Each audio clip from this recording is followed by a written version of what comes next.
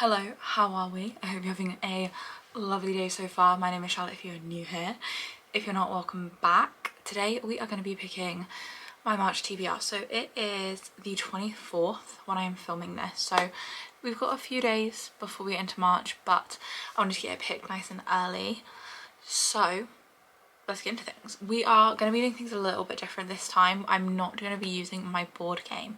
The reason for that is in February I started like a new job and I'm still very much getting used to it and getting used to the routine.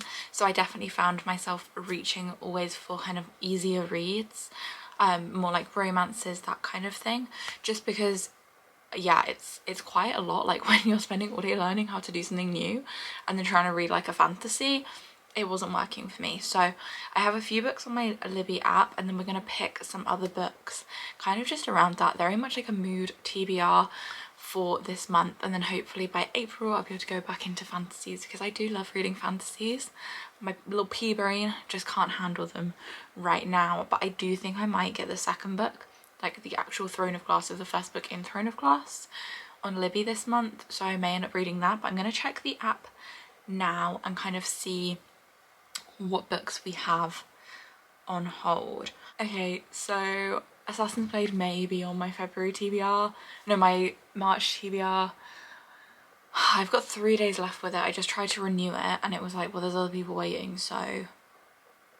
And then it told me I had like 9 hours and 42 minutes left, and there's no way I'm going to finish that and Magnolia Parks this week. Like, that's just not going to happen. So well, I don't know what's going to happen with Assassin's Blade. I may just have to give up, buy the books, and then try again. That is annoying. But the other book that I currently have on my shelf is Ghosts by Dolly Alderton, and I have 20 days left with that one. And then on my holds, I'm going to be getting Everything I Know About Love on the 28th of February. It says I'll get it after. So I'm going to be doing like a Dolly Alderton reading vlog, which is why I have Ghosts, Everything I Know About Love, and then behind me I have Good Materials. So those three are going on the TBR. I think they're all quite short, and it's the audiobook that I have for Everything I Know About Love, so hopefully like I will be able to listen to that because I don't really have a commute or anything, so we'll see how that goes. But those are three books that I definitely have. A Throne of Glass is 5 weeks for my Libby wait, so shouldn't be March anyway, and obviously if I don't finish Assassin's Blade we won't be reading Throne of Glass anyway. So okay, let's pick some other books. I'm going to move you more to the romance bookshelf so we can run through it together and talk together. Okay, so we have the romance bookshelf here. So I have actually now finished Chestnut Springs series. I literally finished Hopeless, which was the last book yesterday, which I'm devastated about. Very, very ready for Wild Love to come out in April now.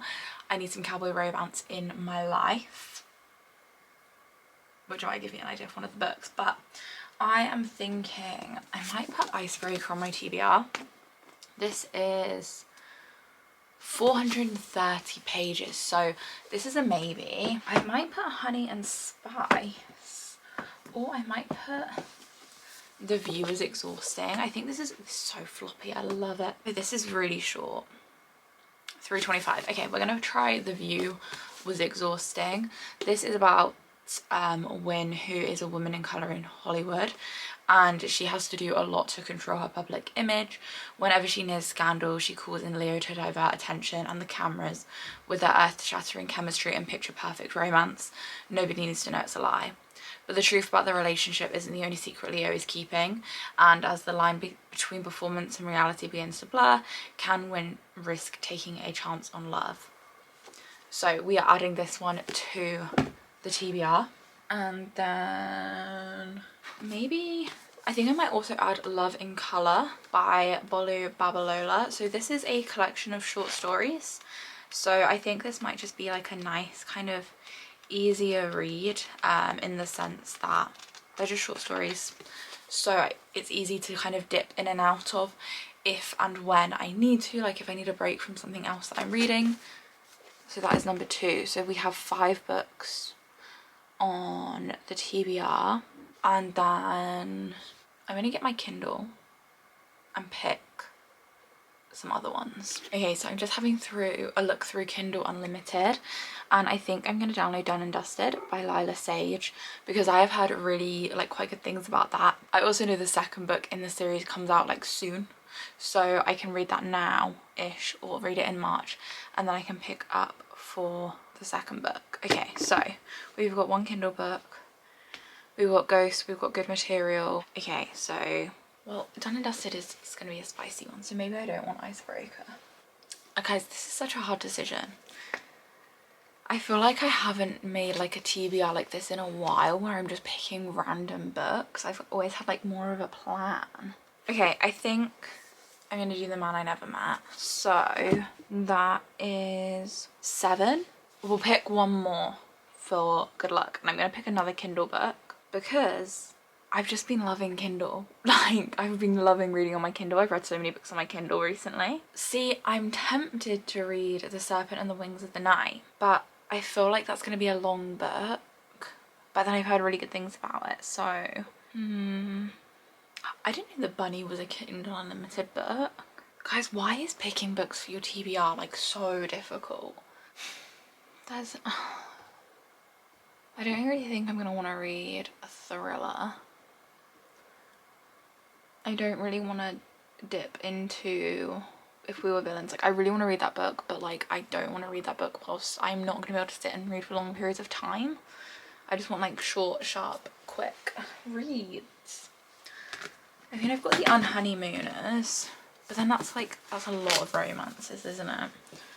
I might get bored. How long is The Serpent and Wings of Night? 504 pages. Okay, I think we're gonna go for it. Okay, so that means we have our full TBR. So I'm gonna move you so I can move my body, and then we're gonna run through what the whole TBR is, because I think this is what I'm gonna stick with for the TBR, but we'll see. Okay, the full TBR is book 1 on the TBR is Ghosts by Dolly Alderton. This is about Nina Dean in her 30s. She's not thriving in her 30s, I think, is kind of what the book is about. Her friendships are fading, ex is popping the question, everyone is moving on or worse to the suburbs. Her dad is slowly losing his memories, her mum seems dead set on making new ones. Then she meets Max, who tells her on a date one... Okay, so I think this is a romance about someone in their 30s that everything is kind of like going on wrong almost. She's like feeling like she's stuck behind. But then she was on a date with a guy called Max, and he tells her he's going to marry her one day. But what seems like an exciting new development, it says, will ensure this year is Nina's strangest yet. So I'm guessing it lasts over a year, and I think it's a comedy. I'm not too sure. But yeah, I'm excited to give that one a go. Then, as I said, we also have Everything I Know About Love by Dolly Alderton on my TBR. Hopefully the audiobook will come through on Libby in March, because I got it a little bit early and I had to say, oh, I don't want it just yet. So fingers crossed everything works out okay. But this is, I think, just an autobiography. It's a memoir. That's why I decided to go for it as an audiobook. But I think I will eventually get a physical copy of it if I enjoy it. But it's just Dolly Alderton's memoir about falling in love, wrestling self-sabotage, finding a job, throwing a socially disastrous Rod Stewart themed house party, getting drunk, getting dumped. Like, it's basically, I think, a memoir of like her 20s and 30s. So that sounds like it will just be a nice little like audiobook to just throw on in the car or at the gym, going for walks. Maybe I'll try audiobooks when I'm running and see how I find that. And then we also have Good Material by Dolly Alderton as well. This is about Andy, who I think he's going through a breakup, and we get like the male perspective of a breakup, which I think is going to be really, really interesting to read about. Again, I think he's in his 30s and he's now like, oh, I don't have a home, my career is not going in a good place, I don't see why everyone else is growing up. So I think, again, this is going to be really, really interesting, and also a nice kind of shorter read that I think is meant to be really good and quite funny as well. So it'll be nice having like these books with some humour in that were also quite short. Like, as I said, I just want things that are going to be easy to read. I don't want things that are going to feel super difficult to read. So then on my Kindle we have Done and Dusted by Lila Sage. This is a small town romance about Clementine, who has no idea what she's doing. She's accomplished everything on her to-do list. She left her small town in Wyoming, went to college, made a career for herself by riding horses. But then an accident makes it impossible for her to get in the saddle. She has no choice but to return to the hometown she always wanted to escape. I think the the male main character is going to be called Luke Brooks. He's a bad boy, bar owner, bachelor. He's the 5th member of the Ryder family, which I think is Emmy's family. Clementine, Emmy, I don't really know her name. Okay, so I think it's just going to be like a pretty standard romance. I don't think there's like any fake dating tropes or anything like that. So yeah, sounds like a good one. Then I also downloaded the Serpent and the Wings of Night, which is the first book in the Crowns of Nyaxia book series. Can't speak today. So this is humans and vampires. I really struggle to say the word vampires because of a speech impediment. The rules are the same: never trust, never yield, always guard your heart. Oh, so an adopted human daughter of a vampire king. Okay, there's like a legendary tournament. Oh, is this gonna be like the Hunger Games but with vampires? I'm very excited for this. Okay, that sounds like it's going to be a good one. So yeah, those two are on my Kindle, both are on Kindle Unlimited. And then as for the physical books, I decided to put Icebreaker instead of The Man I Never Met, just because I know that we have the 3rd book in this series and I'm really excited for that. Like, from the sound of it, I think that sounds like something I would like. So I want to get through this and Wildflower, because I think the 3rd one comes out in like May or June, so I do just want to read these obviously before then. But yes, very excited by the sounds of this. I think it's just a hockey romance. I like kind of like an enemies to lovers. I believe it's reverse Grumpy Sunshine, so she's the grumpy, he's the sunshine, which is I always really like. I don't know why, I like that trope flipped, because sometimes when like a guy is grumpy they just come off like an arsehole. It's not giving like grumpy and like black cat energy, whereas like when the girls are grumpy it's very much giving black cat. I think it might be dual POV. Yes, it is. Love dual POV. So yeah, very excited for this. I know it is very spicy. So then we also have Love in Colour by Bolu Babaloa. As I said when I kind of picked this one out, this is just a collection of short stories about love from different cultures. So like there's a story about a Nigerian goddess, a Ghanaian spokeswoman, crime lords. So yeah, this definitely sounds super interesting, and like I said, it would just be nice to have like a collection of short stories where I don't have to worry about being in the story too much. So that would be like a nice easy read, I think.